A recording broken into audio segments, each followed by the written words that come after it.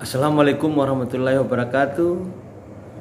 Salam sejahtera bagi kita semua. Salam pengadaan kepada Bapak Ibu para pelaku pengadaan barang jasa.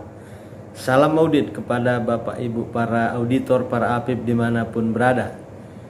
Pada video kita kali ini kita tampilkan sebuah tanggapan secara regulasi atas sebuah pertanyaan dari teman-teman pelaku pengadaan barang jasa di grup Facebook. Di sana ditanyakan tentang gugurnya peserta akibat tidak menyampaikan pernyataan.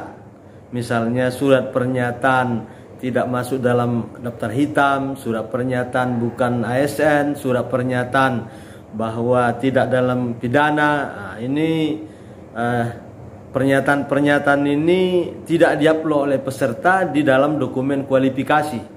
Dan di dokumen kualifikasi memang diminta bahwa ada pernyataan dari peserta tersebut tidak masuk dalam daftar hitam, tidak masuk di dalam proses pidana atau tidak ASN, seperti tidak ada pertentangan kepentingan, ada surat-surat pernyataan.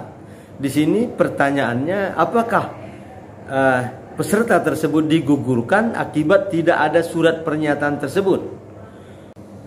Jawaban atas pertanyaan tersebut, apakah menggugurkan apabila peserta tidak mengupload sebuah pernyataan tersebut?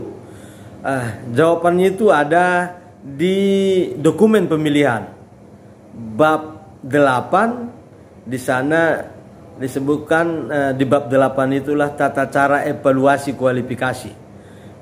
Mari kita lihat di bab isi dari bab 8 itu. Di sana disebutkan bahwa surat pernyataan tidak masuk dalam daftar hitam, keikutsertaannya tidak menimbulkan pertentangan kepentingan pihak yang terkait, tidak dalam pengawasan pengadilan, tidak pilot, kegiatan usahanya tidak sedang dihentikan dan atau yang bertindak untuk dan atas nama badan usaha, tidak sedang dalam menjalani sanksi pidana, dan pengurus atau pegawainya tidak berstatus aparatur sipil negara, kecuali yang bersangkutan mengambil cuti di luar tanggungan negara. Dengan ketentuannya, maka ketentuannya itu adalah ketentuan pertama itu berbentuk pernyataan oleh peserta pada SPSE, tidak perlu dinyatakan dalam surat pernyataan. Nah, jadi di sana tegas disebut tidak perlu dibuat dalam surat pernyataan. Apabila pokja pemilihan ada yang menggugurkan akibat tidak mengupload surat pernyataan tersebut, maka ini bisa disanggah. Dan apabila peserta merasa walaupun disanggah tidak juga ditanggapi, maka bisa sanggah banding. Apabila peserta merasa sanggah banding juga tidak efektif karena harus mengeluarkan biaya, dan bisa saja ada anggapan Pokja telah bersekutu dengan PPK dan PA, nanti walaupun disanggah tak akan dijawab, maka ada proses lagi namanya pengaduan ke inspektorat.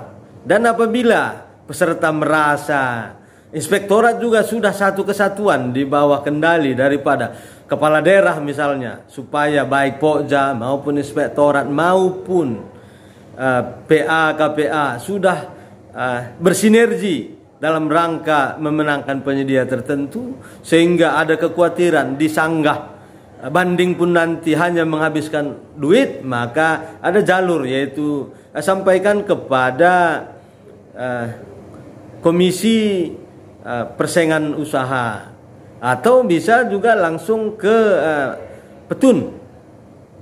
Dipetunkan bahwa mereka telah melakukan evaluasi tidak sesuai dengan ketentuan yang berlaku. Barangkali itulah tanggapan kita atas permintaan atau gugurnya peserta tender akibat tidak melampirkan surat pernyataan di dalam aplikasi SPSC.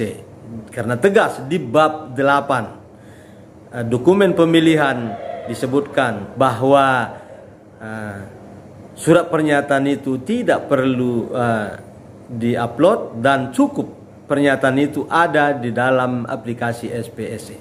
Demikian, terima kasih. Salam pengadaan, salam audit.